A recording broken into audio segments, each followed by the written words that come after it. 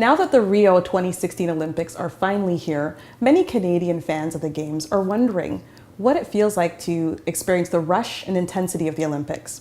Well, She's for Sports went right to the source. I'm joined here now with Tabia Charles, former Canadian Olympic long jumper. Thanks for being here. Thank you for having me. So, your career pretty much started once you got to Miami, the University of Miami. For sure. Tell me a little bit about that. And at that point when you were, making records at the university and just making history, I should say, is that when you told yourself, you know what, I think I finally have it. I think I have something and it's going to take me all the way. For sure, and that's exactly what it was. It was, before with high school, it was kind of like, it was for fun, and I would travel to the US and, go to certain track meets. I think it got real when I started receiving letters of interest at universities, so like Louisiana State and UCLA and Cornell and Miami.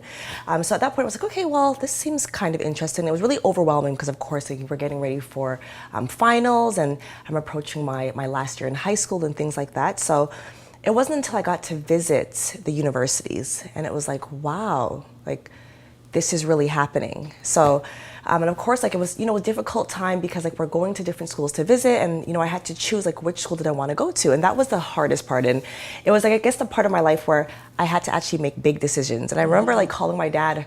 I think he was at work, and I was at school, and I was like, well, can you call LSU and say that I can't go? I really liked it there, but I think I'm going to choose Miami. And my dad's like, no. You got to call them yourself. You're a big girl now, so you have to call, and it's okay. Let them know that you enjoyed the visit, and you've chosen to go to University of Miami. So I called, and I remember I spoke to Coach Boo, an amazing coach, amazing person, and I explained, I really loved it there, but I'm going to choose Miami. I have family there. I loved the weather. Yes, that's important. And academics was also very important to me, and it was a private school. It had a great academic program. At that point, it was actually 25th in North America for schools, and then they had a really good track field team. And when I went there, that's when it really hit me, like you're here on a full scholarship. It's real. Do not screw things up, right? So you're right. That was the time when I said to myself, I can really do good things in track and field. And what was it like competing at that level? Yeah, so of course it's very different because competing in Canada, we don't have like the level of intensity, the level of competition. So of course, like the training was way different. I was training 6 days a week. I was used to training like 3 to 4 times a week. So it was intense, but competing with the high level of women that I was competing with, it was amazing because like that made me amp up my game now. And so, and I did well, I always made the NCAA finals and things like that. So it was an extreme confidence booster for me to know that I can compete with the best of these women in North America, on the NCAA standard and still do very well. So I did some research, and I noticed that you have some family members who, either competed at the Olympics level in the past, or are competing now, or are in sports. Does this run in your family, track and field? It does. So to be honest, sports in general runs in our family. Like my father is a huge sports maniac. He's did cricket, amazing soccer player. He could play any sport. He even traveled to Australia and in the Masters and competed in track and field. So it definitely runs in our family. My cousin Ruperta Charles, she was also in the Olympics years ago, and then her daughter was also in the last Olympics competing for Antigua. So yeah, my family is pretty. My sister went to University of Eastern Michigan for basketball. My brother played football at Morgan State University. So my sister did shot put, so we have a big sports family. Yes, it's in the genes. So going back to your experience at the Olympics, specifically at Beijing, if I say the words 2008 Beijing, what does that mean to you? So there's one point in my life that if I could always go back, it would be the Beijing Olympics. So for me, I was always a kind of athlete. I wasn't always the most disciplined athlete. I worked super hard, but never always super disciplined and things like that. But when I went to the Olympics, it showed me Tabby, you are talented and you did work hard and you did great things. So when I think about the Beijing, and I think about just walking into the stadium and people cheering your name, and while I was on the runway getting ready for my long jump, they're clapping for me. So that was an experience of a lifetime. That's a time in my life that I will never, ever, ever forget. And the memories I still think about I could be anywhere. Maybe it's driving, and I think about like how awesome it was in the Olympic Village, or meeting all like those amazing players from the the USA Dream Team and Michael Phelps and whoever else was competing in that year. So, I get such a great feeling when I think about the Beijing Olympics. Yeah. And obviously now that the Rio 2016 Olympics, they're here. As a former Olympian, in terms of preparation or what you're feeling, like what are the athletes really feeling now? You talked about the athletes village and getting out, whatever sport you're playing, getting out there and seeing the fans, like what is that intense for sure feeling? So of course for most athletes, like the Olympics is like, that's like the highest achievement for many of us, like not for all, but for many athletes, it's getting to the Olympic stage is everything. So like the preparation leading up to kind of like making those A and B standards.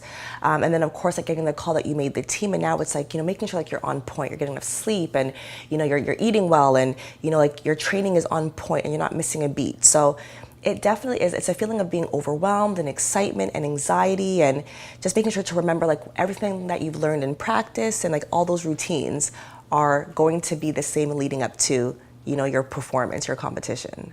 What I really like about you, it's good. You have all the memories, and like it almost feels like the way that you're describing it now, like it was yesterday. Right. Yes. And sometimes with athletes, there's success, and sometimes there's trials. Tell me about your trial. For sure. So, for me, Olympics was an amazing experience. And however, I always say to myself, if there's one regret that I have, it's that I had another chance to go there and really show like what I can do. Like I remember like after the Olympics, like getting ready and being ready for London Olympics, and saying like, I know I can go there, I can medal, and I feel good and I feel great, because like you want that chance to go on the world stage and prove to people what you're made of. So if there's one thing that I could change, or if I could ever go back in like a next lifetime, it would be going back to the Olympics and just really being like 100% ready to go there and perform at my 100 ultimate best. So that was a trial for me. It was great. Like people say, I had a great experience, and it's nice to have a great experience, but you want to go there and you want to do your best, and you want to be on point. Mm-hmm. So that's the only thing that I regret, or like I think about that I wish I could have done a lot better. Yeah. And I think sometimes athletes they kind of downplay, just sort of how just their preparation. They downplay the preparation, just how much years that you put into it. I mean, you ranked top 10th in the whole world in 2008. Yes. I mean, that is a big success. Sure. But sometimes I find athletes are just like, I could have done better. But I mean, the whole world. I mean, how do you sort of process that? No, and you're right. So like I must say, like I appreciate like that whole year was my best year ever. It was an amazing year for me, and I dug deep to find like the strength that I had, like these performances that I was able to achieve. So top 10, yeah, definitely. Like you're right. I often do downplay, because top 10 is still wonderful. What it is, it's the feeling of knowing what you're capable of doing, right? So it's like sometimes like you go to a meet or any kind of competition, like I came top 10 or top 20, like, I did good, but it's a matter of like, what are you capable of doing? Like I'm capable of doing so much more. And to be honest with you, it's okay to sometimes say, I didn't do that good. Mm-hmm. Like we always come to this, point in our lives, or we say things to make ourselves feel better. Yeah. I still did amazing.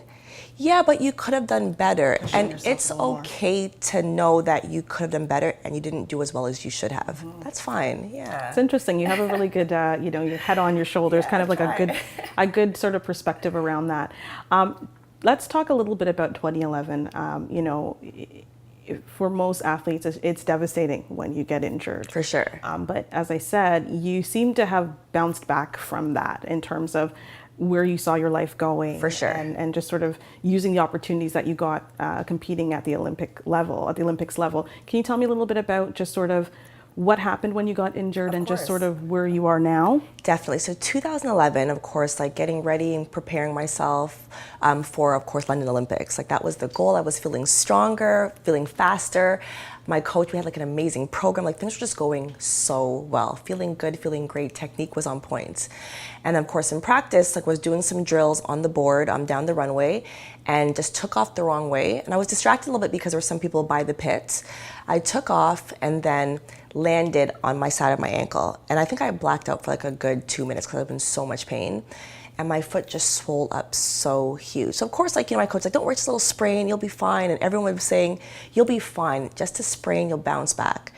And I was for months and for months and for months, like 6 months, I was here trying to rehab and, like doing all of these, things to get myself better and strengthening, and it just wasn't getting there. And I remember like my doctor, Dr. Gallia, amazing doctor and friend of mine, and he said, you know what, Tabia, you're smart and you have so many other things going for you. So don't spend all your time and years trying to get this ankle back, because realistically, you will not get back to where you were. I tore all my ligaments completely from the bone, so it would take some time. And so like I took that in and I went home and I said, you know what? I'm gonna go back to school. I'm gonna go get my master's and I'm gonna work towards my career life. And that's what I did. And I think as well, like I bounced back really fast, but it's funny because it wasn't until maybe a month ago. So my ankle is still like, I don't have my flexibility back. Yeah. And so like when I was done track, I was done with track. Like I didn't want to do no speaking engagements. Yeah, you're like, nope. I didn't want to do anything. I barely even went back to York University to see any of the coaches. Yeah. And it wasn't until a month ago when I went to do some rehab and see the chiropractor, I started to cry because I was like, I kept saying I was good, I was good, I was good. And then my ankle is not good. No. And I broke down crying like, I get emotional when I think about it. I wish I just would have just like continued on doing like the therapy and so on, but those things happen. So but right now, I was able to get into my career. Sorry, woo. That's okay. It's so personal, and I think sure. you, out of a lot of people who were at that level probably wouldn't have been able to bounce back like this. For sure, yes. And I think my question for you is, where do you get that perseverance and that resilience? Right. Because not many people, right. They would have just tuned out the world and, gone to Florida somewhere. Right. Don't contact me. For sure. But you seem to have been able to pick up. Right. And it is going to be, it's part of your story. Everybody Right. has their own story. You're absolutely That's right. part of your story. Totally. No, you're absolutely right. So my resilience comes from, to be honest with you, so since I was a kid, like my parents have been preaching, don't put all your eggs in one basket. I've heard that one before. You know what I mean? Like always, don't put all your eggs in one basket. So academics was always huge for me. And I've always had that voice in the back of my head, my parents saying, Tabia, make sure you work hard in life. Yeah. So whether it's in track and field, whether you're starting your own business, whether you're doing a career, you have to work hard. You might not make it in one aspect of life, but you try another aspect. I have probably like A, B, C, D, E avenues. Yeah, that's great. Some good advice they gave you. Right, because it's so important, because a lot of athletes, the reason why they stay in sports for so long is because it's like, what do I do next? Yeah. I was ready to go. I applied to University of Toronto. I got my master's in HR and industrial relations. So I just thought, maybe like there's a great career field in that. Yeah. But then I ended up in marketing, just met amazing people. I worked for Coca-Cola, I worked for Monster. So I had great opportunities, but I put myself out there. And so I've worked hard. Like we always downplay ourselves, and I would always say, I'm just lucky. I'm so lucky. Like tell my dad, I'm just lucky. That's all it is. And he said, no. He's like, no, you've worked, you're talented, you've worked hard. And it's just now I'm starting to realize, like, you know what, I did work hard. Yeah, I did work hard. I worked a little hard. So the resilience comes from I just want to make it. Yeah. And whatever I do, I want to be successful. And also what's important for me is I want to be an example for my nieces, yes. My younger cousins, other women who look up to me. I still have young girls who are in sports, and they're messaging me for advice. And so if I don't work hard and set an example on how I feel like women should, how we should be and how we should be strong and how we should be successful. So if I don't do that, then how can I even speak to these young people? And for me, that is so important. Building a group of women that we can just say we did it. Yeah. We worked hard and we you can are do it too. Yeah, that's it. So it's interesting that you mentioned that because some of us just in life, there's this thing called responsibility. Yes. Not responsibility of getting your driver's license right. And going to university, but there's that sense and awareness of responsibility because you look behind you and you say, well, the future, you know, or the young ones, they're coming up. Right. So what is my responsibility in terms of influencing them? And it seems like you totally got that nailed down. Now, yes, you talk about not putting your eggs in one basket. You also, outside of getting your master's and working in marketing, you ventured out into your own Yes. Your own project. Tell us Yes, about I did. that. So basically, I've always loved fashion. So when I used to compete in like fishnet stockings, just to be different. I love standing out.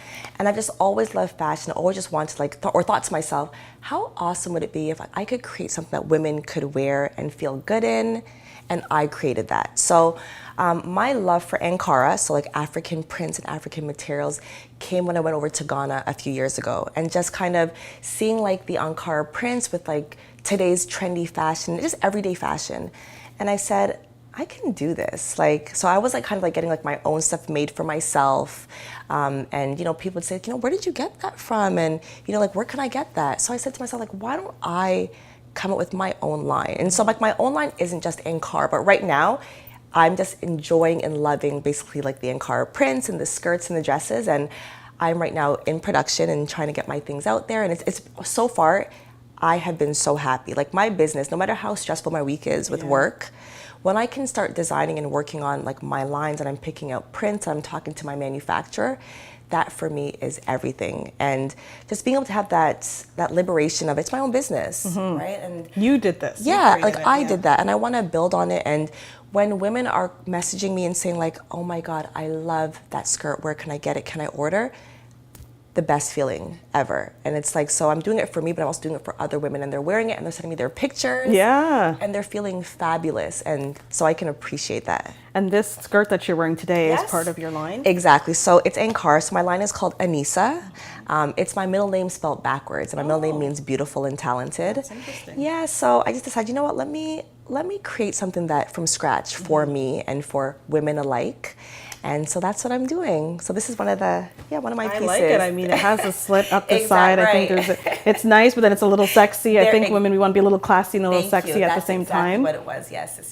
Anything else that you'd like to add about just what the opportunity? I mean, we spoke earlier about being an ambassador for Canada as an elite athlete, and traveling around the world. You know, anything you'd like to add about just sort of what that meant to you, and just sort of, you know, maybe one of your favorite places that you were able to travel to? For sure.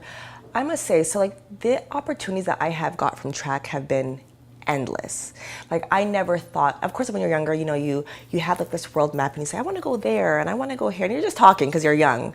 And being able to travel the world to places I thought I would never go to, such an amazing feeling. And you're going for Canada, right? And you're meeting other people and you talk about Canada and you know what Canada's like and how you're competing for Canada. Such a great feeling. And I always tell people, like whether it's track and field or sports or a job or whatever it is, you have to take those opportunities because you have one chance to really live, right? And your job can take you places, your business can take you places, sports can take you places. I mean, you can take yourself places. That's true. And it's so important to see I don't care what anybody says. Like, no, I don't want to travel. I don't want to. It grows you as a person. Like, you learn about cultures, you learn about people, about women in different places, about men in different places, you know, like how people are living. So traveling and seeing the world and being an ambassador for yourself and for Canada is so amazing. And I feel like when young kids have opportunities to play sports or whatever it is, or whether it's the arts or playing piano, I think parents should continue to push their children in that direction because you never know where it can take them. And your favorite destination? So many, but one of my favorite destinations to go to would be, so these islands off of Greece, it's called Hania, and the island of Crete. And that's actually where I jumped my Canadian record, my personal best, and the Olympic A standard. And it's funny because I had gone there a couple years before, and I always said, this is one of my favorite places. I would live here. And that is where magic happened for me. Wow. And that continues to be one of the top places on my list to travel to. So that's one. Singapore, Japan I loved, Dubai. There's so many places that I've been and that track has taken me to, and I continue to go back there. So like it feels good, but also it's just the fact that just going there and like now I can go there as just a regular person and not as an athlete, and that feels good. Well, thank you so much for sharing your story with us. I'm sure She's for Sports fans are going to love this interview. And, you know, it sounds like you've accomplished a lot in your life, and I know you're probably going to accomplish a lot more. So thanks a lot. And thank you for having me. Honestly, when I got the call from you, I was so excited. And the fact that you're doing something for women and women in sports, that's huge. And I know a lot of people will appreciate this and will continue to grow, and you'll get more women and young women who are so interested in this type of channel. Thanks. Yes, thank you.